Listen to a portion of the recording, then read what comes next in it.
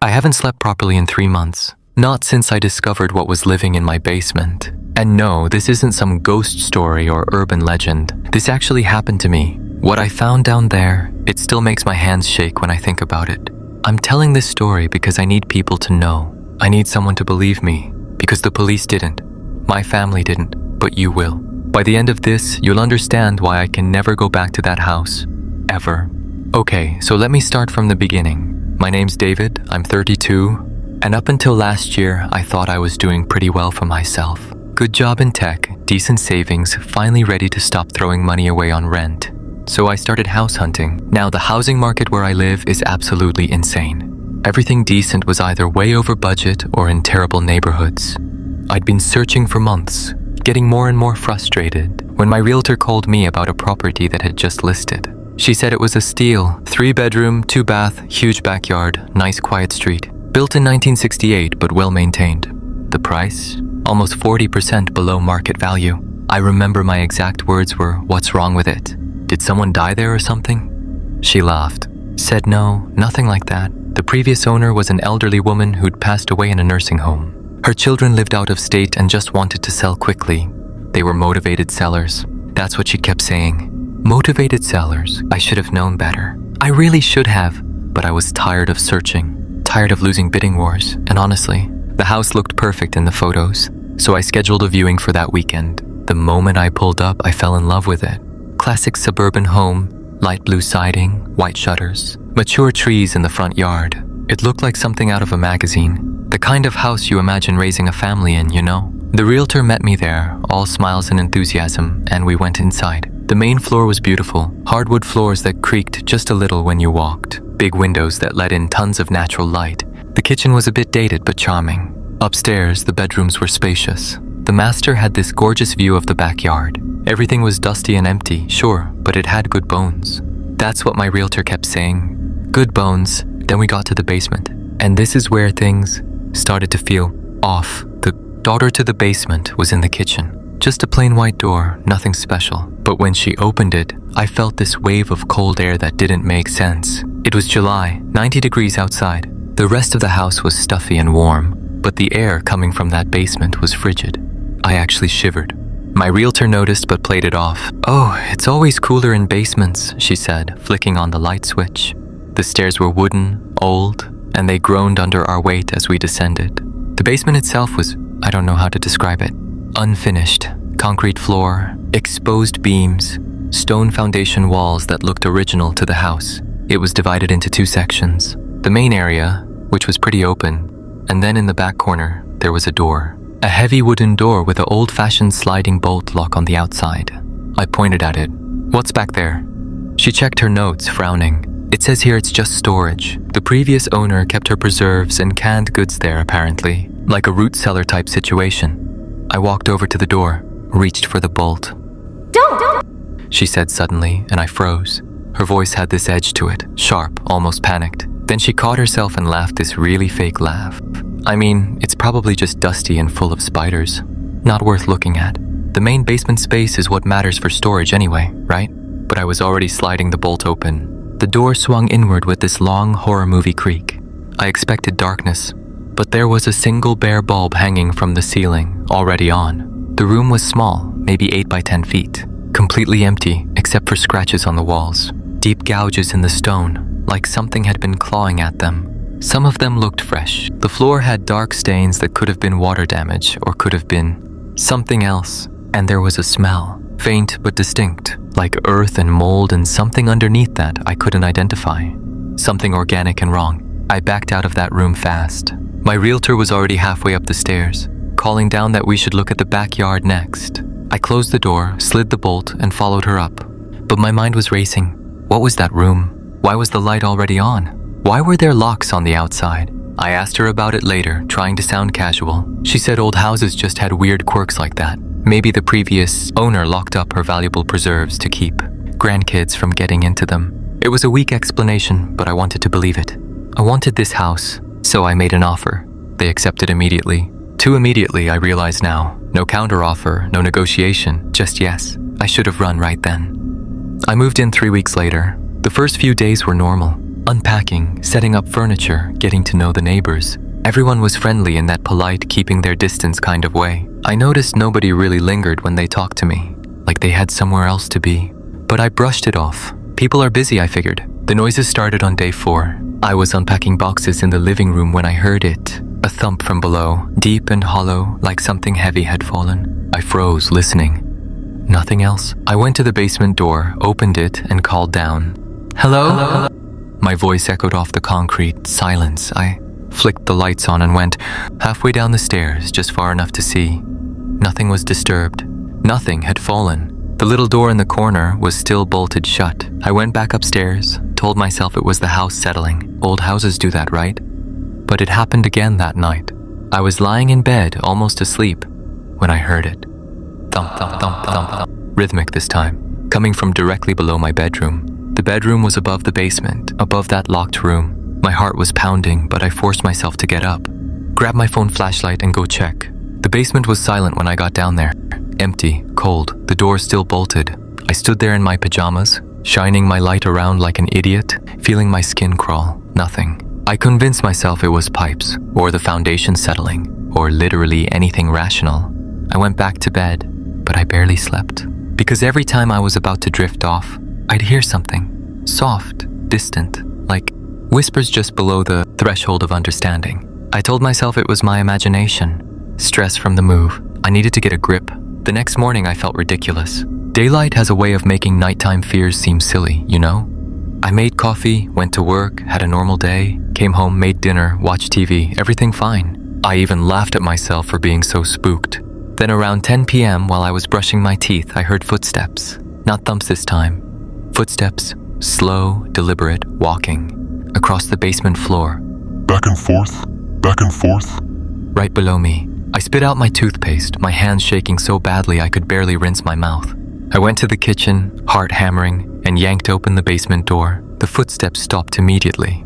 Total silence. I stood there, hand on the light switch, trying to work up the courage to go down. I couldn't do it. I slammed the door, locked it with the flimsy little button lock, and dragged a kitchen chair under the handle.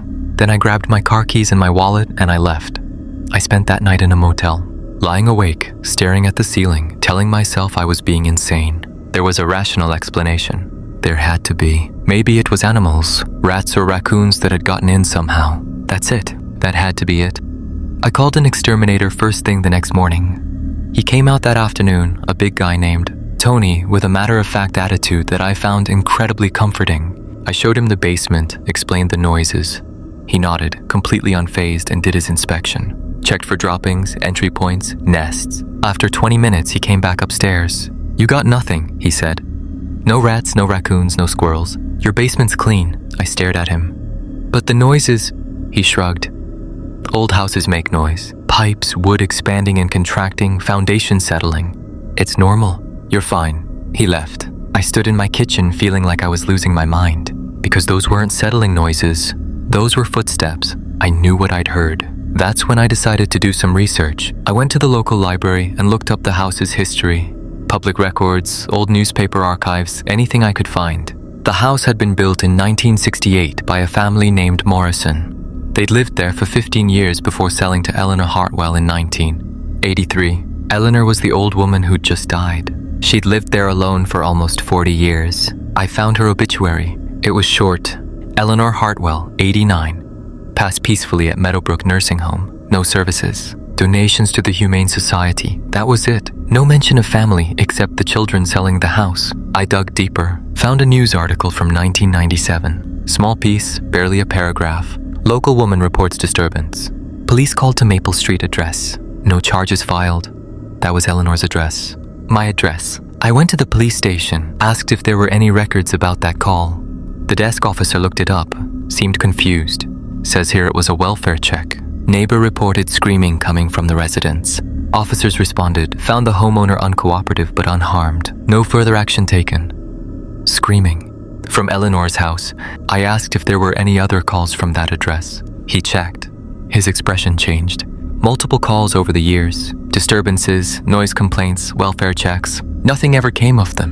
I left the station with a knot in my stomach. I needed to talk to someone who'd known Eleanor. I went back to my street and knocked on doors until I found someone who'd lived there long enough. Mrs. Chen, 3 doors down, an elderly Korean woman with sharp eyes and a suspicious expression. When I mentioned Eleanor, her whole demeanor changed. "You bought that house?" she said, her accent thick. "Why you buy that house?" I asked her what she meant. She looked around like she was checking if anyone could hear, then leaned in close. That woman was crazy for years. We all knew. She talked to someone who not there. She scream in middle of night. She tell us she had tenant in basement. She feed it. Every night she take food down there. We see her. We all see her. But when police come, they find nothing. They think she's senile. But I know better. Something wrong with that house. Something wrong long time. My blood ran cold. A tenant in the basement?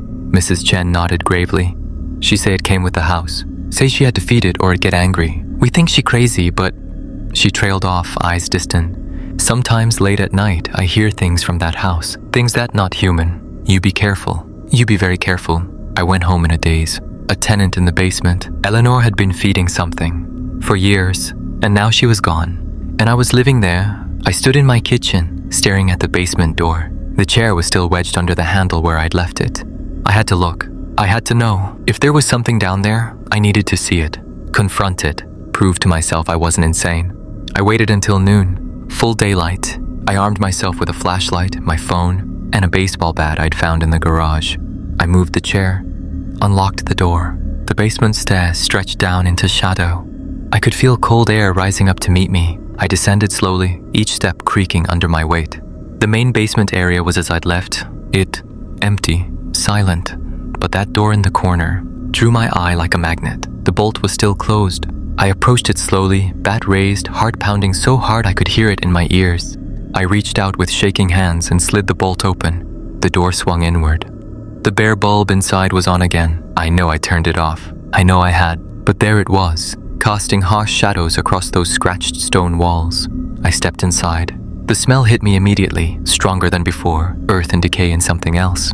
Something animal. I shone my flashlight around. The scratches on the walls weren't random. They formed patterns, repeated marks like someone keeping count.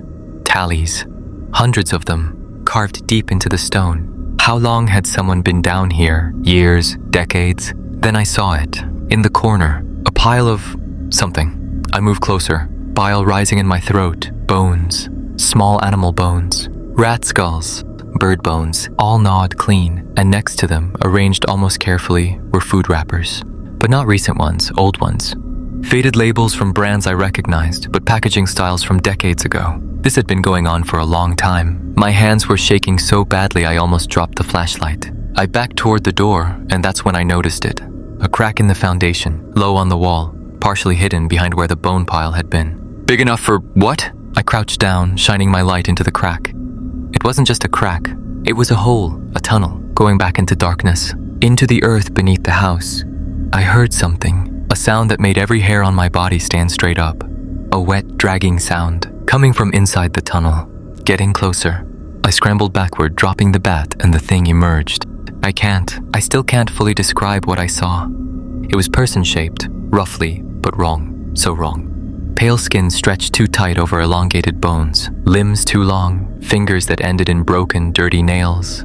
No hair. Eyes that reflected my flashlight like an animal's.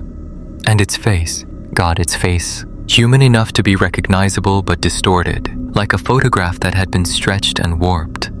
Its mouth hung open, revealing teeth that were too many, and too sharp, and should not have been in a human mouth. We stared at each other for what felt like an eternity, but was probably only seconds. Then it made a sound. A raspy, clicking vocalization that might have been words once, long ago, but had degraded into something inhuman. It reached toward me with those impossibly long fingers. I ran.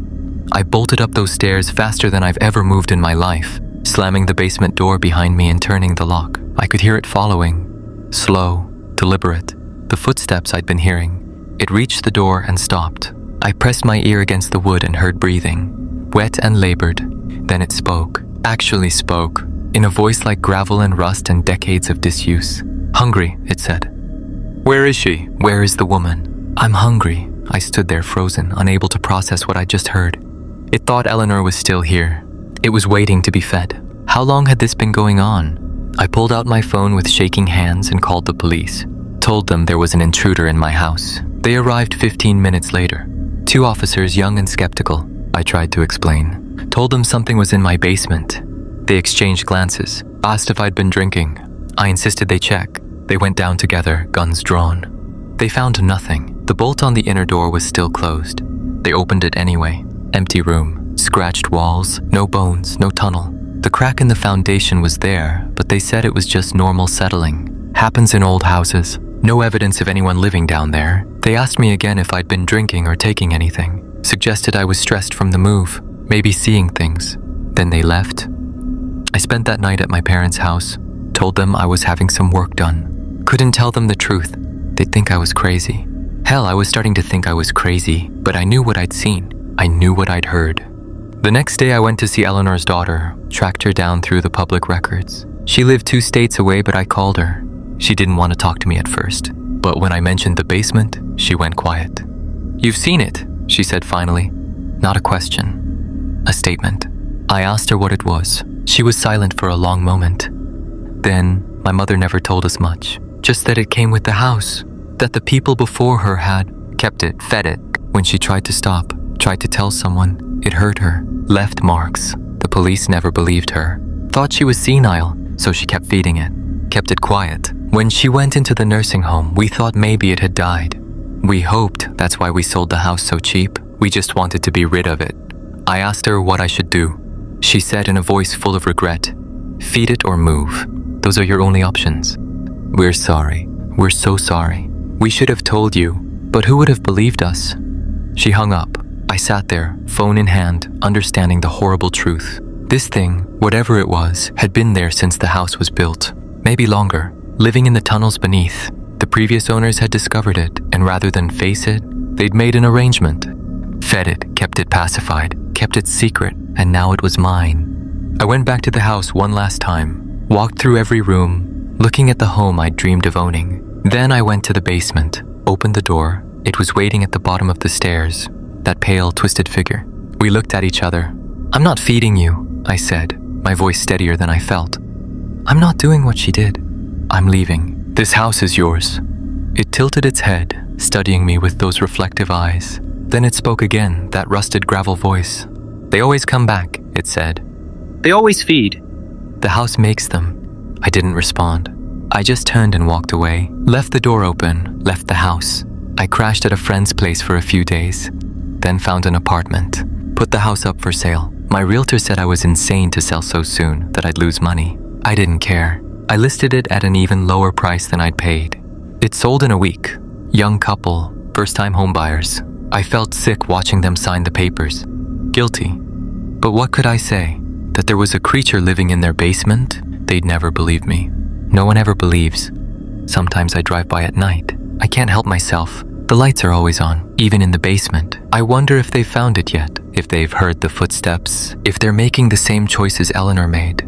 The same choices countless owners before her probably made. Feed the thing or face it, and facing it. I don't think you can kill something like that, something that's been there that long, something that's become part of the house itself. I still have nightmares about it. That stretched pale face, those 2 long fingers reaching for me, that voice saying they always come back. Sometimes, I wake up convinced I can smell that basement, earth and decay and something wrong. My therapist says it was a psychotic break, stress-induced hallucination. She's got me on medication. I take it, but I know what I saw. I know what's real, and you know what the worst part is? A week ago I got a call from my realtor, the couple who bought the house. They're already listing it for sale. She laughed and said, "Can you believe it? Some people are so flaky." But I could hear it in her voice. The same edge she'd had when we first toured the house. She knows. She's always known. They all know. The neighbors, the realtors, everyone who's lived on that street long enough. That house has been buying and selling for decades. Quick sales, motivated sellers, too good to be true prices. An endless cycle of new owners discovering the truth and running, or staying, and feeding, becoming part of the cycle themselves. I wonder how many people have stood in that basement, staring at that locked door, making the same impossible choice. I wonder if any of them chose differently than Eleanor did, and I wonder what happened to them. So that's my story. That's why I had to leave. Why I lost thousands of dollars in my dream home. why I can't sleep without medication, and why I flinch every time I hear footsteps above or below me. Some of you probably think I'm crazy. That's okay, I probably am. But if you're ever house hunting and you find a perfect place, that's priced way too low. If the sellers seem too eager, if there's a locked door in the basement that gives you a bad feeling, walk away. Trust that feeling. Don't be like me. Don't be like Eleanor. Don't be like whoever lived there before her or before them. Some houses aren't meant to be lived in. Some foundations hold more than just structures. And if you happen to drive down Maple Street, if you see that light blue house with the white shutters and the for sale sign that never seems to come down for long, keep driving. Don't stop. Don't look too closely at the basement windows. Because if you do, if the light is just right, you might see something pale pressed against the glass. Something watching, waiting, hungry. The house always finds new tenants for both floors. I just hope the next owners figure it out faster than I did, before they get in too deep, before they start hearing footsteps, before they open that door and see what's been living beneath them all along. Because once you know, once you've seen it, that image never leaves. It's burned into your mind forever. A pale, twisted thing that was human once, maybe, long ago. Before it was forgotten down there, before it became something else. Something that feeds, something that waits, something that whispers in the dark. They always come back. So, was I wrong to leave? Should I have stayed and tried to help it? Or was running the only sane choice? Drop your thoughts in the comments. And please, if you know anything about that house, if you've lived on that street or heard the stories, tell me I'm not crazy. Tell me someone else has seen it too. Because I need to know I'm not alone in this. Thanks for listening, everyone. And remember, some doors are locked for a reason. Stay safe out there.